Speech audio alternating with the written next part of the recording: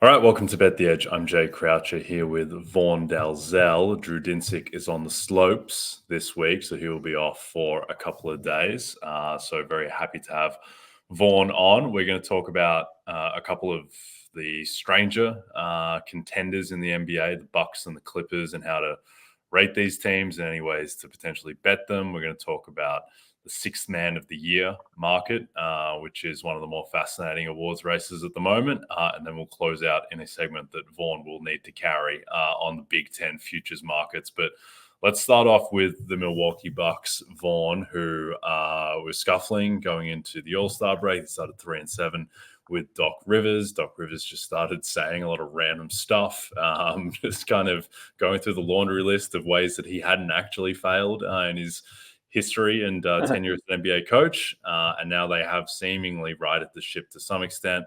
5 straight wins. Giannis has 46, and they blow out the Bulls on national TV in their last outing. Do you think Milwaukee is fixed, and do you think there's any way to bet them? I mean, I don't want to say that they fixed everything that's been wrong with them, because the whole issue with them this season, Jay, has been the defense. Like, am I right?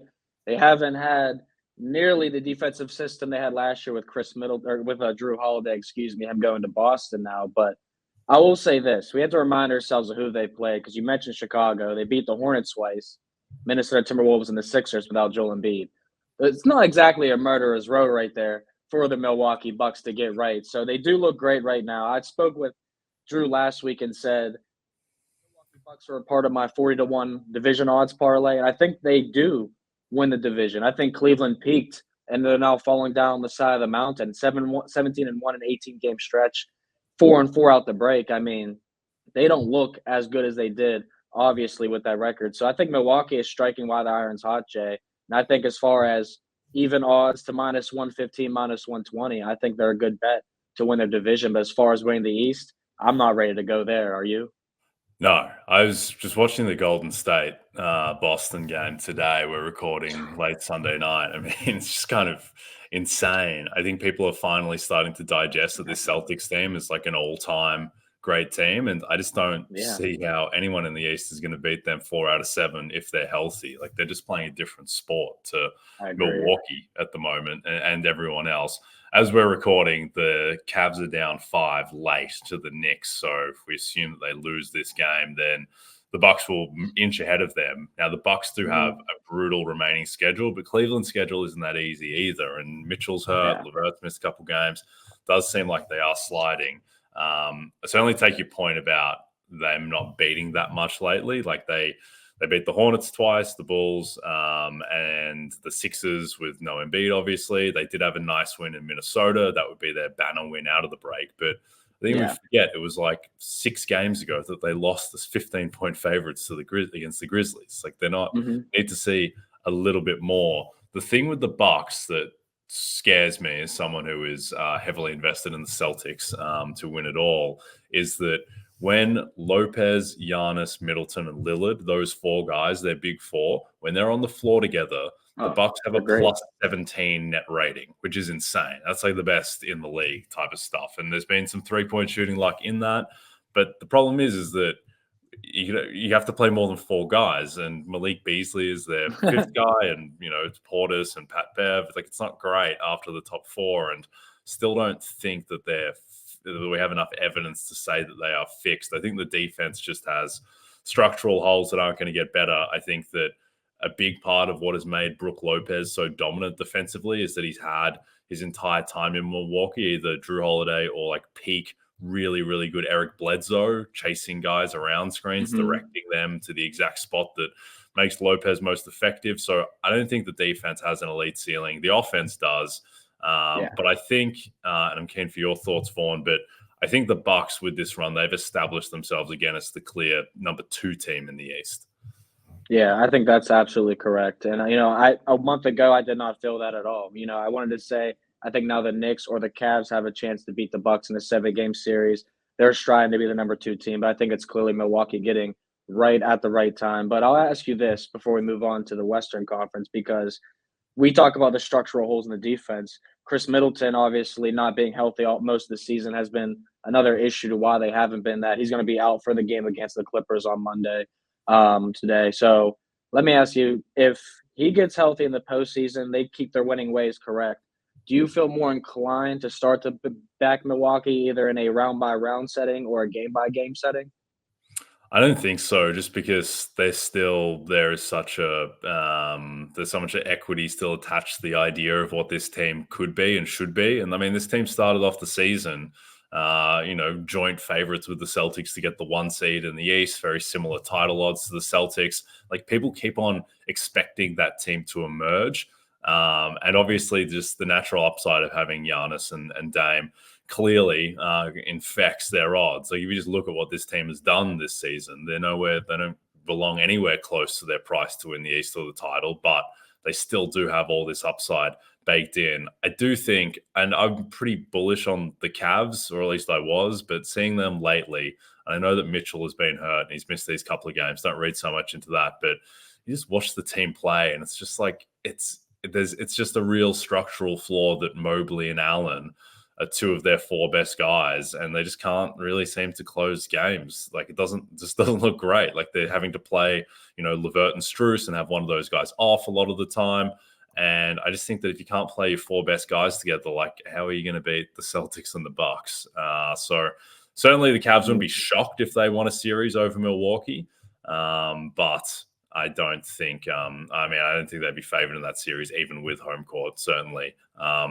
It's interesting to think of the Bucks if you envision a Eastern Conference Finals against the Celtics. Like, before the season, I would have told you that the Celtics are like, minus 140 favorites in that series. Now I think they might be like minus 250, minus 300 favorites, that type of range against Milwaukee. Milwaukee could obviously get a lot better, but what do you think of the Bucks' prospects of beating Boston? Yeah, no, I would like Boston in a 4-1 series there. I'd probably stretch it out to 4-2 if I wanted to give Milwaukee respect, and if they played very good in that previous series against whoever. But when you just look at the defensive issues, I mean, New York Knicks are going to get healthier. Like, we know that, Jay. When they get healthy, they're going to be a pretty deep team. That's a team that they might want to avoid. You spoke on the Cavs and their trees down low. But I agree. I think the bench for Cleveland, when guys like Strus aren't playing very well, the bench can be an issue for Cleveland. And I still don't have that. I still think they're lacking another scorer. While Garland can get you 18 or 20, it's not a consistent 18 or 20, I believe. So I do think that the Bucks can make it past a lot of teams. I just don't see how they beat the Celtics. Like, obviously, a 48-12 record's ridiculous. And I've gone on numerous shows, Jay, and said, I like the Celtics over 62.5 wins at the All-Star break.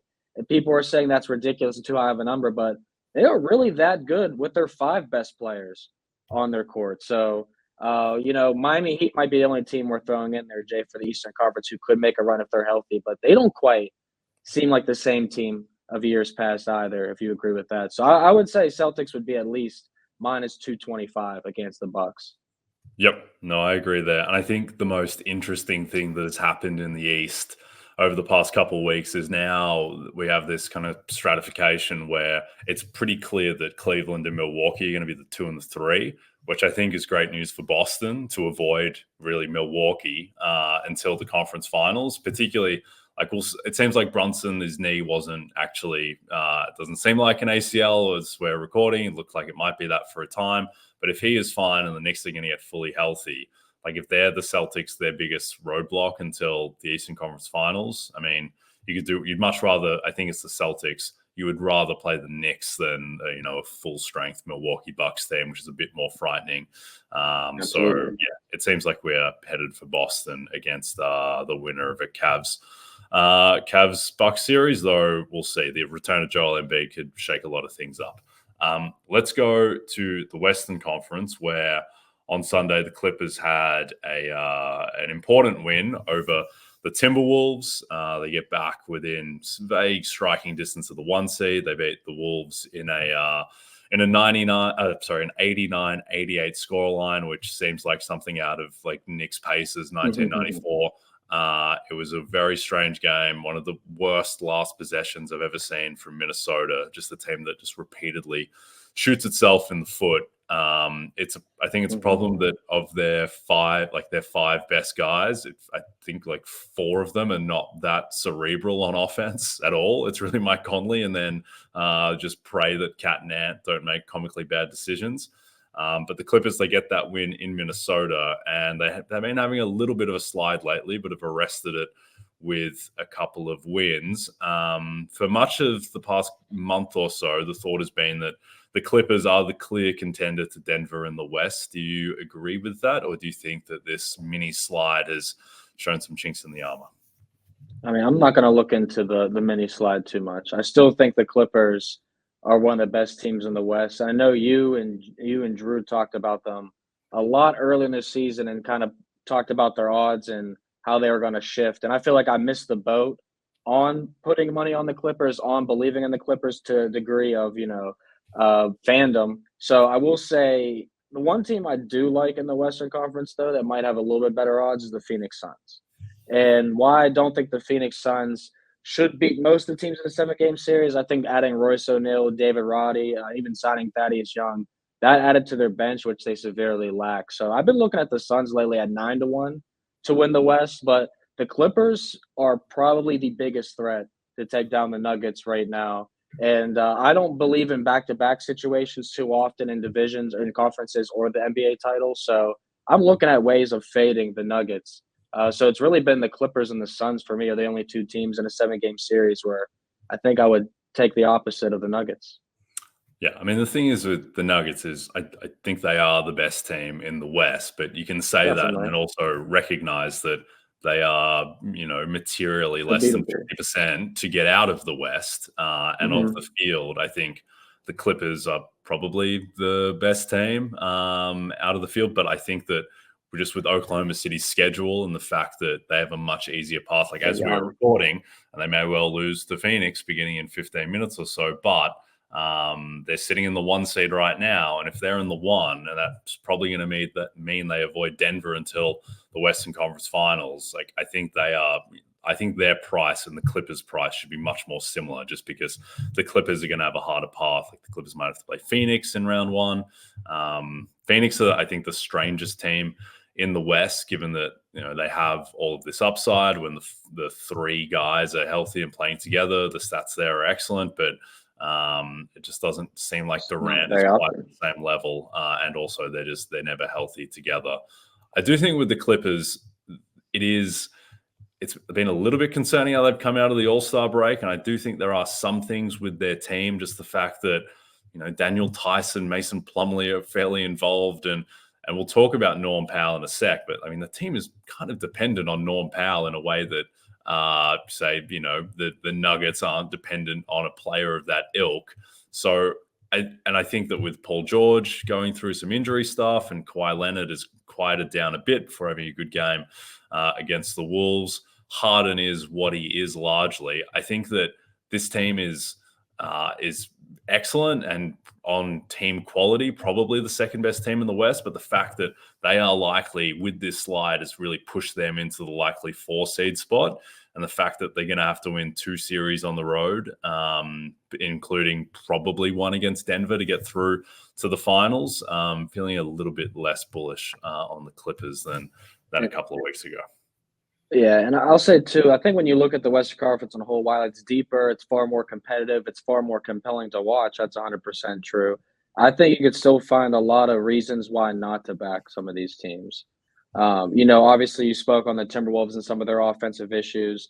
They haven't been a team that we could believe in, I feel like, either in years past. Even this year, they've still stumbled with some maturity issues. The Thunder are a team that has a little bit of postseason experience they've gained. But still, if they get to a second round, you don't know if the Thunder are going to be able to withstand coming down from a 2-0 deficit. And then you go down the list of the Pelicans, the Kings, the Mavericks, Lakers, Warriors. You can make so many cases for these teams and the issues they have. So I do think it's between Nuggets, Clippers, and Suns out the West. And as far as the outright winner, which you see on the screen if you're watching, I think the Celtics are still clearly the best team and the best bet. Yep. No, I'm with you there. It's funny with the Wolves because, the Wolves they're almost tied for the 1 seed, and it really feels like they're 0% to actually win the West and make the finals or win the title just with all this stupid stuff that team does. Though obviously they're not 0%, but it kind of feels like it sometimes.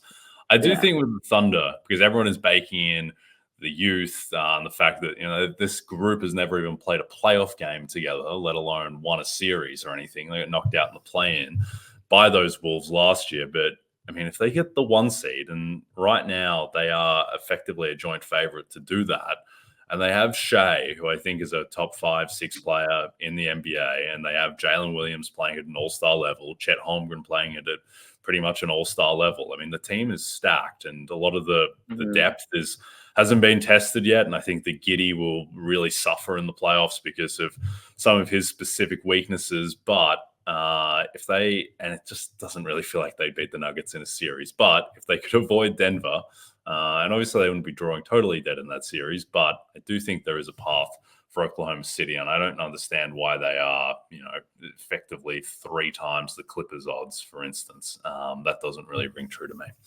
Okay, before we get to 6th man of the year, spring training is here, Vaughn. So for those looking to get ahead on the upcoming MLB season, grab your RotoWorld Baseball Draft Guide. It's loaded with comprehensive positional rankings, projections, and player profiles to ensure your draft is a success. Visit NBCSports.com/draft guide and use code BASEBALL24 to get 10% off at checkout. All right, 6th man of the year. There were some happenings over the weekend in this market. Friday night, Malik Monk, much to my chagrin, goes absolutely berserk in Minnesota. He had 4 points at the half on, finished with 39, went absolutely off, scored 35 points in the 4th quarter and overtime, just could not miss a shot.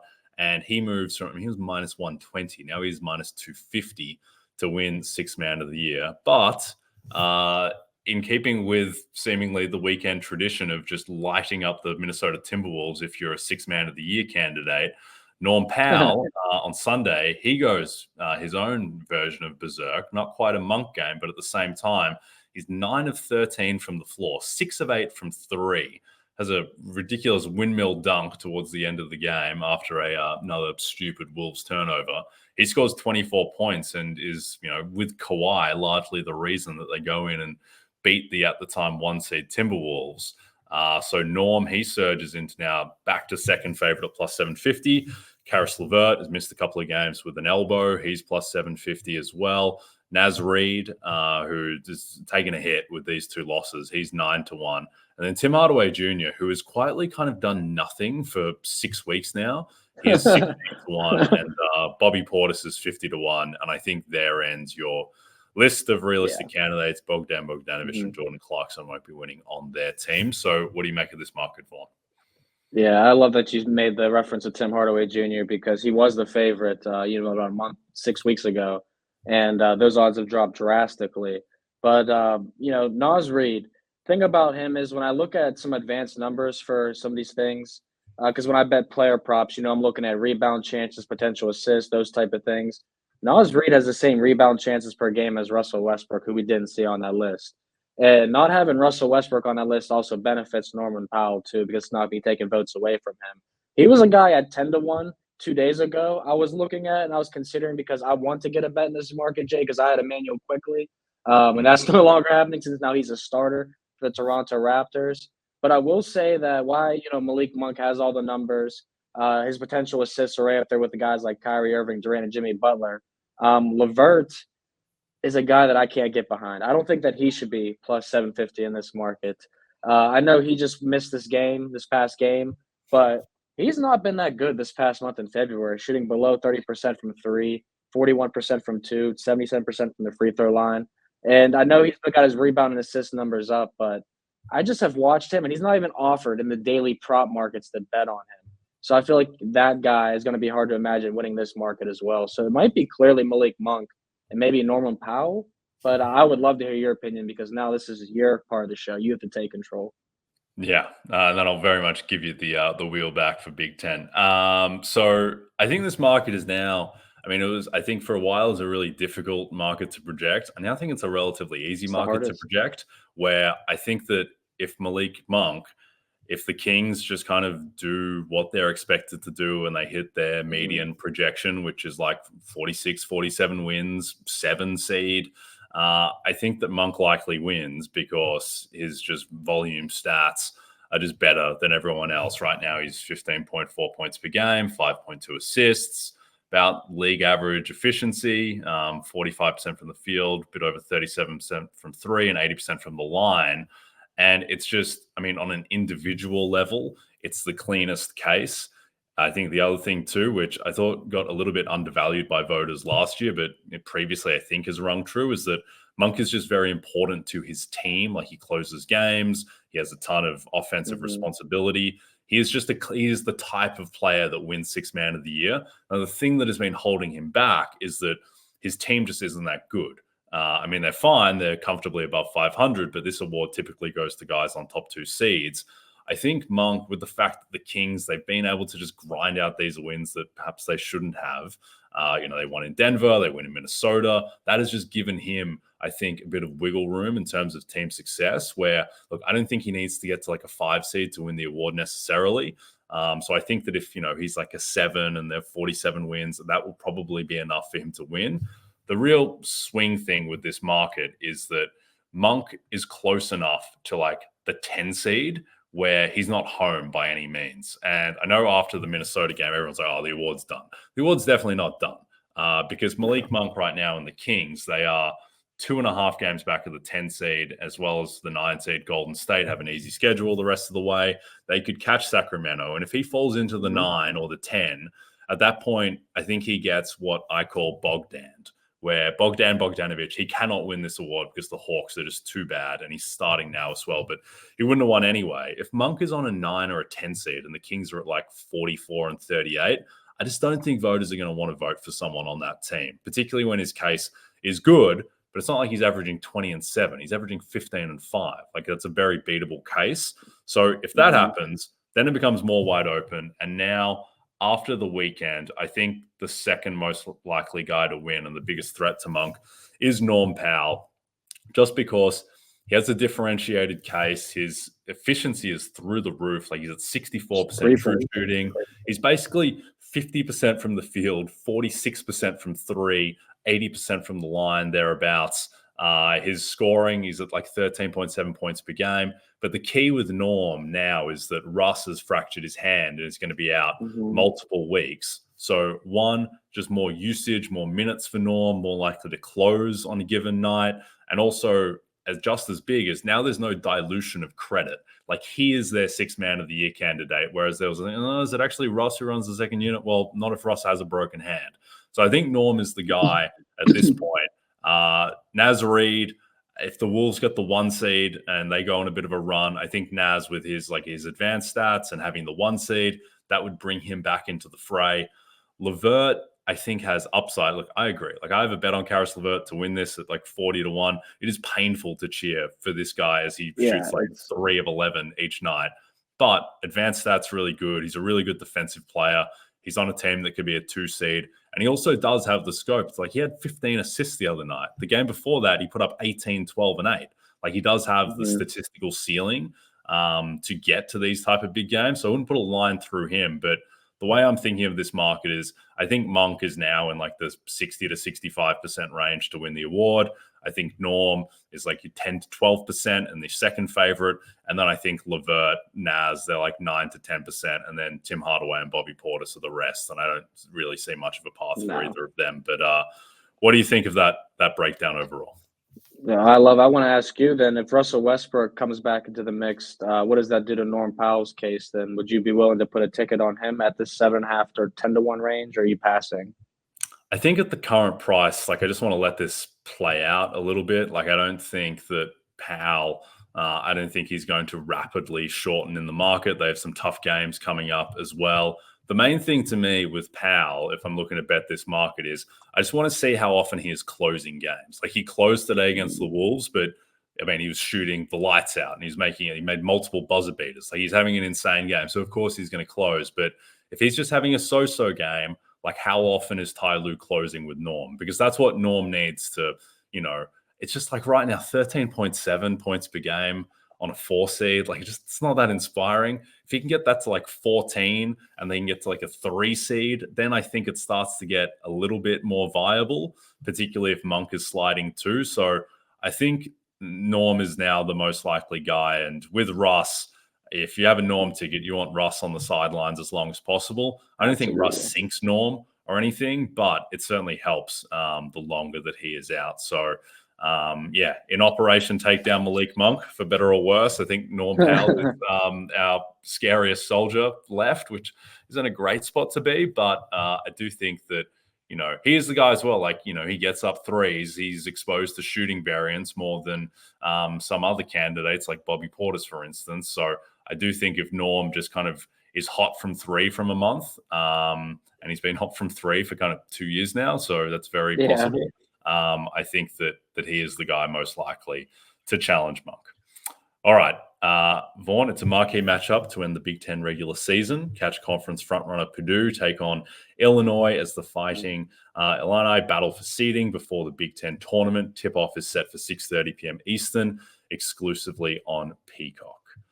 All right, Vaughn, this is your time to shine. Big Ten futures, what is on your plate at the moment? Well, we might as well start right with those two teams, right? Illinois and Purdue. They are the two favorites in the Big Ten tournament right now. The odds that I saw had Purdue as like about a -130 range favorite to win the Big Ten tournament. Illinois is coming in second favorite at +500. And I really like that price, Jay. Since Terrence Shannon's come back, they've been 9-3, averaging almost 90 points per game. They're the number 2 rated offense in that span, 19th overall. Now, there is something not to like, which, I spoke to Drew about, and he agreed. The defense ranked 202nd in that span. Definitely eye pops and gross concerns, but at the same time, that offense has been so good that they've overcome that primarily in the three-point defense, where they rank number 1 in three-point defensive rate in those 12 games with Terrence Shannon back. So when you look down at the Big Ten tournament, obviously Purdue will be the 1, Illinois will be the 2. Potentially that swaps if Purdue ends up losing out. But Illinois will face the winner of the number 5 and 12, which right now will be Wisconsin and Rutgers. No shot that Illinois is losing to Rutgers, and I doubt Wisconsin, who in their last 8 to 9 games has playing the worst stretch of basketball of the season. So I love that first-round matchup for them, their first game matchup, I should say, because they'll have a 2-game bye. Then they'll get Northwestern likely versus either Iowa, Penn State, or Michigan. Michigan's going nowhere. And Iowa and Penn State, not very scary, but offensive teams that are going to play with the tempo of Illinois. And Illinois has a little thing against Penn State they want to get back. So I like that matchup for Illinois regardless. So they would avoid, obviously, playing Big Purdue until the Big Ten championship. But the teams that they would play, the scariest ones would be in either Northwestern or Iowa. And I don't think either of those two teams are worth backing in the Big Ten tournament. Illinois is the most experienced. And they got guys like Domas, too, who can go out and get 20, 30 points every given night. So Illinois, I think, is the sleeper out of the Big Ten in March Madness. And I think in the Big Ten tournament, they are the best bet by far. But as always, Jay, you said you got Caris LeVert at 40-1? Well, if you want to bet, that's even longer than that. I took Ohio State. And have you been watching them lately, Jay? Do you know anything about the Buckeyes? Their season's not over. No, I'm going to defer to you on the Buckeyes knowledge. I've been watching a lot of Houston play to get my Big 12 regular season bet home. So I was sweating bullets as Jamal Shead got the bizarre offensive rebound at the end of the game a couple of nights ago and was able to get it back at the buzzer. But tell me more about Ohio State.